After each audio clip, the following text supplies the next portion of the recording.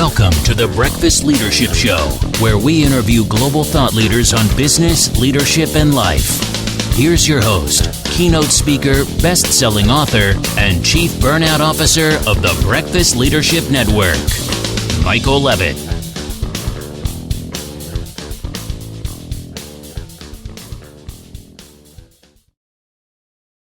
Welcome back. I've got Grant Baldwin on the line. Grant, how are you? Awesome, Michael. Thanks for letting me hang out with you today, buddy.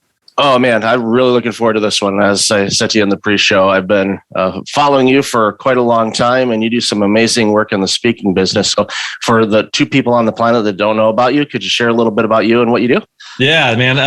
There's definitely more than two. I know that. But I run a training company called the Speaker Lab, where we teach people how to find and book paid speaking gigs. So I myself was a full-time speaker for several years, did that for a long time, and had a lot of people who were asking me like, hey, I want to be a speaker. How do I go about doing that? And I know for me, whenever I got started, there wasn't a lot of like coaching or tools or podcasts or books or resources. And so it was me basically like going around and just stalking a bunch of speakers, emailing a bunch of speakers and just pestering them and like, hey, I want to do what you do. Can you tell me how to do it?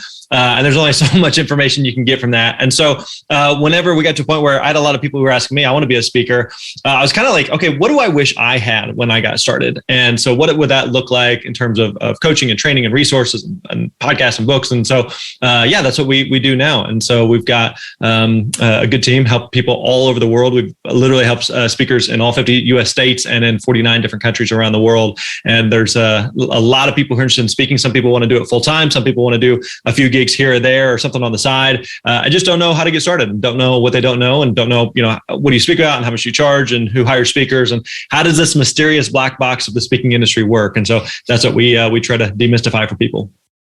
That's great work. And, my speaking career started off, after, buying one of your products and subscribing to your podcast and all of that. And it's definitely been a change in my life for sure. I really appreciate the work that your team has done and continues to do. So a lot of things I want to bring out in this short period of time that we have together. Let's talk about the pandemic for a moment, because I know in talking with my colleagues in the speaking industry, that was a rug pull at first.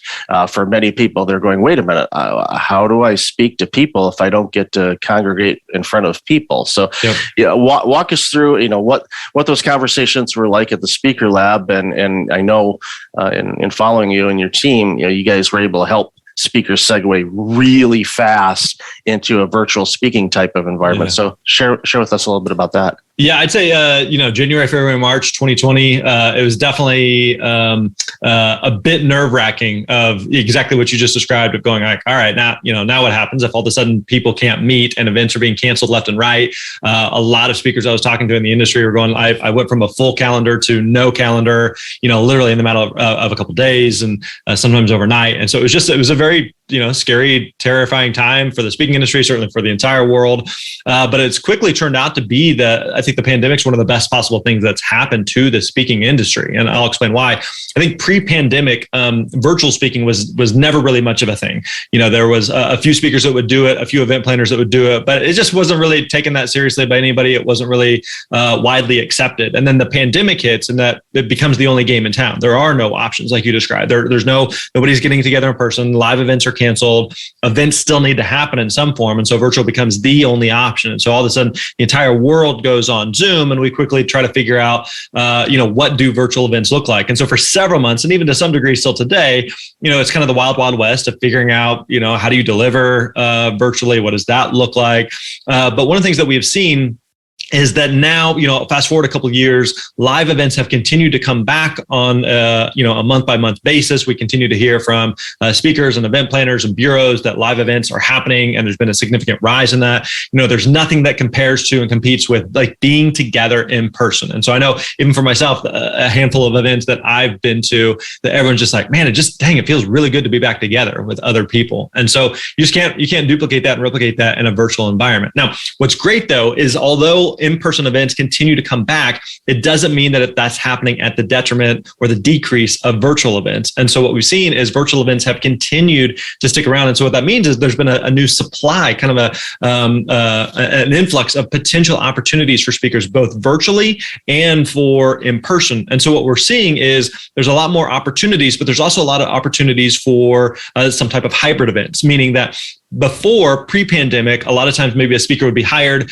they would go speak at something and they'd collect their check, and that's kind of the end of the transaction. What we're seeing now is more opportunities where speakers may go speak at something, and then maybe for the next 3 to 6 months, maybe they're doing a once a month Zoom follow-up call with attendees and kind of answering some questions or helping with implementation or doing some additional coaching and consulting.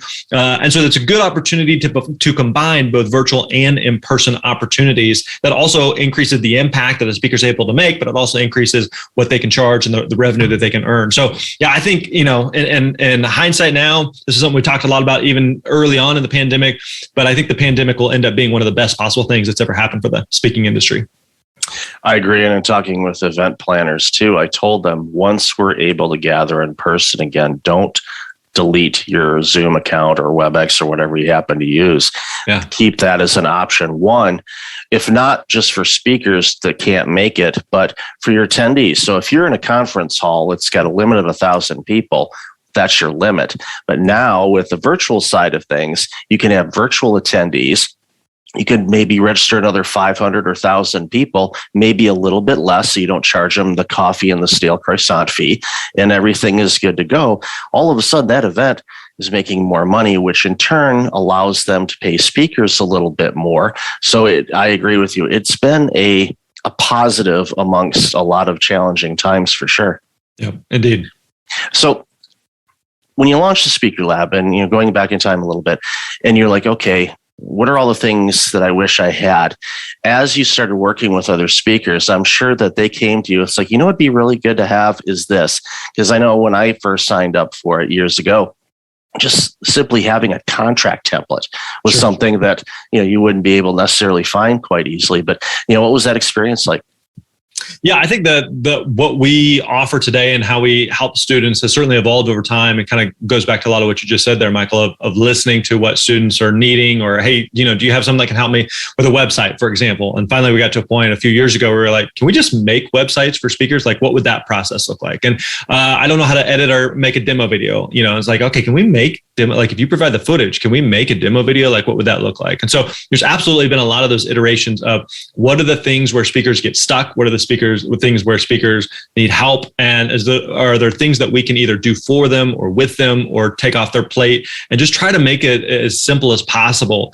Now, I would say that being a speaker is, and what we teach and the process that we follow is it's simple, but it's not easy. We try to make it dead simple for people, but it still requires work and effort. It's kind of, I like to use the analogy of if you wanted to lose weight, what do you need to do? I'm no health expert. I'm no nutritionist or exercise geek or anything like that. But I know you got to do two things. You got to pay attention to what you eat and you got to exercise. That's it. It's simple, but it's not easy, right? If it was easy to do, then everybody would be skinny and beautiful and healthy. And that's just not the case, And so the reality is it still requires work. It still requires effort. And so we want to make it as dead simple as possible, but it still requires work. It still requires effort from speakers. I think another thing that I feel like we do a really good job with that I felt like I needed early on in my own speaking career is you kind of need some validation that you're on the right path. You're kind of walking blindly through the woods going am I doing okay? Am I on the right path? Am I on the right track? Am I, what do I do now? And sometimes it's confusion, or you need some clarification, or you need someone where you can ask some questions to and get some feedback and help with. And sometimes it's just being an entrepreneur, being a speaker can be very lonely. It can be very isolating. You are spending a lot of time just kind of on your own island, just plugging along. And so sometimes when you have a win, I just booked a gig, or I just got a deposit, or I just landed, or I just did a gig that went really well, or just got my website back and it looks awesome. You just need someone to virtually high five and encourage you that, yeah, you're doing it. You're on the right track. You're building momentum. It's the same reason, if you're going to go to the gym, go with someone else, who can hold you accountable, that can keep you moving forward, that can give you a high five, that can spot you in the process, all those different things. And so we want to be that for speakers. And I think that that's something that we really excel at. Well, I agree. You definitely have. And I've seen the growth of the organization, and what you offer has been just amazing. And it continues to get better, including your show. So with all this, you're like, okay, let's do a podcast. And I know that takes a lot of time and effort and editing and getting guests and all of that stuff. So, what motivated you to launch a show? I'm sure it was probably in unison with helping speakers out, but it's a little bit different than just putting some content together for people to download or watch videos or whatnot. Yeah, kind of the thought process behind the podcast was actually prior to doing the Speaker Lab podcast. And at this point, at the time of this recording, we're coming up on 400 episodes that we've recorded. We've had, hundreds and hundreds of hours of content there. And so in fact, prior to the Speaker Lab podcast, I was actually hosting a different podcast. And so if we go back several years, I was speaking full time. I was doing about 60, 70 gigs a year. I wanted to transition and do, something different. I was kind of figuring out what that was. At the time, I was doing a lot of speaking about, helping people figure out what they wanted to do with life in terms of their career. And so when people would ask me about speaking, one of the things that they would say would be this exact question. And we probably asked other people that question before. The question is, how did you get into that? And so I would hear that question regularly, and I'd find myself asking other people that question. And sometimes I'd ask that question through the lens of, hey, that's interesting. If I wanted to do that, like, how would you go about doing that? And other times it was interesting just to ask someone like, I would never want to do that. That's just fascinating. How does someone even get into a career like that? And so I thought it'd be interesting to do a podcast around that topic. And it was called, How Did You Get Into That? And so what we did about, I think, a little less than 150 episodes over the course of a few years, just interviewing people who had just unique, interesting, fascinating types of careers. We talked with a guy who worked for Nike, who worked with Michael Jordan and the Jordan brand, designing an Air Jordan. We talked with one of a top Lego master builder, like one of the top Lego builders in the world. Talked to a guy that was an NBA mascot, a lady that was a cheesemonger, and so she was like one of the world's foremost experts on cheese. So just these like fascinating careers. Like, okay, the idea being, if they can figure out what they want to do, surely I can figure out what I want to do. So I did that for a while. And really, really enjoyed that. It was a lot of fun. Podcast is something that is a medium that I listen to a lot of podcasts. It's kind of my main form of content that I consume. I don't read a ton of blogs. I don't watch a ton of YouTube, but I listen to a lot of podcasts. So it's naturally a medium that I gravitated towards. And so then when we decided to start the Speaker Lab, I was doing this kind of career podcast. How did you get into that? It just didn't make a ton of sense. We decided to wrap that up and at the same time start the Speaker Lab. And when we started the Speaker Lab podcast, it accomplished a couple different things for us. One was, at the time, I was starting to get quite a few questions from people about things like, speaking fees and what do you speak about, and websites and contracts and like all just different types of stuff. And I'd always, I've got answers for those things, but there's only so much you can cover versus like, hey, what if we just do a 30-minute episode talking about speaking contracts, right? And we can really go deep. And that way, when someone asks and say, hey, here's a nutshell answer, but here's a good like in-depth topic or episode on that specific topic. And so that was really kind of the idea behind doing the podcast in the beginning. I would also say that podcasting, and Michael, I'm sure you found this to be the case as well.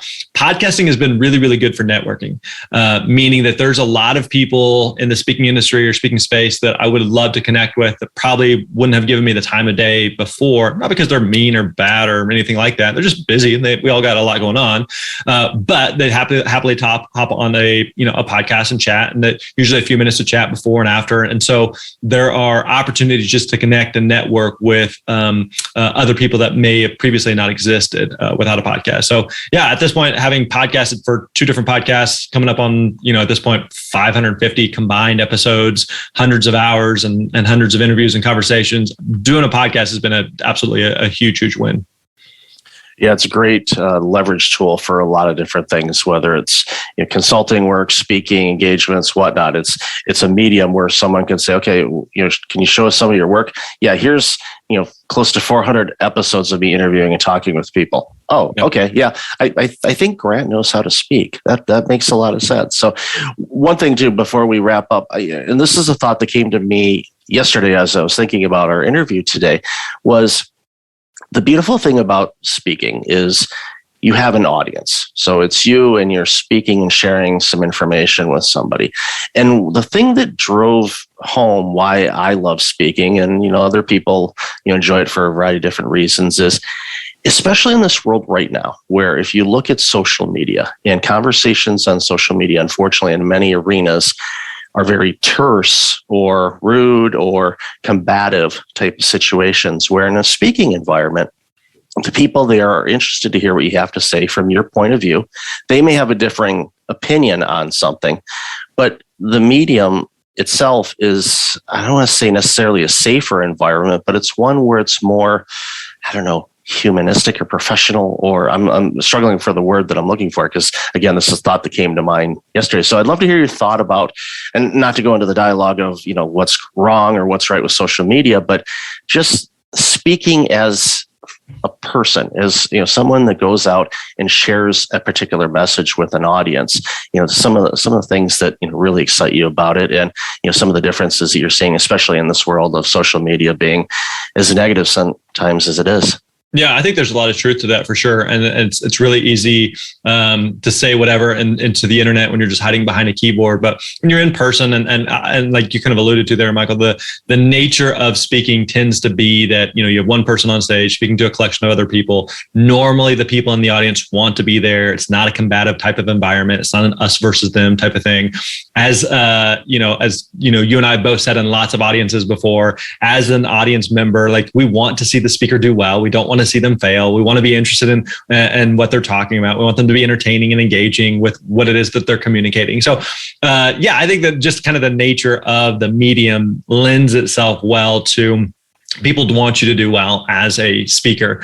And I think the other thing is, like, as speakers, when you are creating a talk, I think one of the things that makes speaking unique is when you're creating a talk, you're making an educated guess on, I think this is funny. I think this will work. I think this will make sense. I think this is scratching the itch that the audience may have, but you don't actually know until you get up in front of the audience. And so one of the cool things about speaking is when you communicate a sentence, you're getting real-time feedback from the audience. Are they tracking? Are they with you? Is it making sense? Are they nodding their head? Are they writing notes? Are they laughing? Are they engaged? Are they crying? Are they paying attention? Are they looking at their phone? Like, what's happening in that real time versus other mediums? For example, with podcasting, you and I are talking right now at this very moment in time. There's going to be people listening at some point in the future, but we have no idea. Are they listening? Where are they listening? Are they driving down the road? Are they paying attention? Are they cooking dinner? Are they exercising? Are they actually tracking? Did they, listen to 2 minutes and then just delete the episode? Like, we have no clue whatsoever. When someone reads a book, you spend months and months and months writing and crafting and refining a book, and it sends out. I know we've sold thousands and thousands of copies of a book. I've never seen I've never watched someone actually physically read the book and watch their reaction, but I have given presentations in front of hundreds or thousands of people and been given that real-time feedback in the moment that helps me to become a better speaker. It helps you, like, hey, I thought this was going to be good and it wasn't, or I thought this was going to be funny and it felt completely flat, or I thought this segue was going to make sense and it seemed confusing. And so you get that real-time feedback that helps you to become a better speaker and presenter over time. Agreed. And knowing your audience is helpful too. And usually you have a good idea who's going to be in the audience, but sometimes, depending on how, I don't want to say vague, but how general a particular conference or event is, then it's a little harder to do that. I spoke at an event in Orlando in January, and back to what you said a few minutes ago, it was really cool to be in front of people, like human beings. I'm like, and literally when I started my talk, I'm like, okay, where's the record button on Zoom? It's like, oh, wait a minute, there's actually people in this room. This is nuts. Right. It was such a great feeling. But then, I did a virtual talk a couple of weeks ago because in that part of the country, they were having difficulty, having people want to come to a place. So it's going to be a little bumpy, I think, for a little while longer. But ultimately, as we said before, I think it's going to be really, really good to have all the options available to us. And if somebody is interested in becoming a speaker, maybe there's a lot of reasons why people want to do it. But if somebody were to come to you, it's like, I think I want to be a speaker, but I'm not sure. And there's 18 billion things of advice you can give them, but what's one thing that they could ask themselves to say, is this something that I really want to do? Yeah, I think there are people who have given presentations before, and maybe that's in the form of doing something at church or doing something for work, and you gave some type of presentation to your department and to the board or to someone in the company, or you spoke at something for a friend in some little community event or something. And for a lot of times, what happens is like, boy, that was really fun. I would love to do more of that. I just don't know what to do next. And building a business where you are just dependent on other people to find you is really, really hard. You just kind of sit back and wait and hope people magically discover you, and you hope gigs fall in your lap like they have a time or two before. And like, that's just no way to build a business. And so what we want to work with students on is going from being reactive to being proactive, and really actively going out and finding and pursuing gigs. And the other thing I would say for people interested in speaking is, I think it's really important to really kind of define for yourself, do you want this to be a business or do you want it to be a hobby? And what I mean by that is a lot of times people are like, I love speaking and it's kind of fun and I do it here and there. And maybe that's it. It's just purely a hobby. And other people are like, no, I'd love to do 20, 30, 40 gigs a year. I'd love to get paid for a lot of them. I'd love to use this as a business lead gen, business development type of tool for, my business or my company or something that I'm doing. And I really want to put in the work to do this seriously. What's important though is you distinguish those, because you can't put in hobby effort and expect business results. Like you just have to treat this as a business. And so especially if you're wanting, again, kind of business type of results. And so, there are speakers who speak on all different subjects and topics, all different stages and ages of life and career and where they're at, and young speakers and older speakers. And, I think like one misconception, for example, is people assume, well, in order to be a speaker, you have to have some crazy story. You have to, climb Mount Everest or overcome cancer or win a gold medal or whatever, and like the reality is like, that's just not the case. Like I'm a white male from the Midwest who's had a normal, average, mediocre life. I grew up in a middle-class family. Like there's nothing on paper that like, oh yeah, well, of course that dude should be a speaker. Like I remember early on in my speaking career, there was a buddy of mine who had cancer as a child, ended up having a leg amputated, went on to become a one-legged downhill skier in the Paralympics.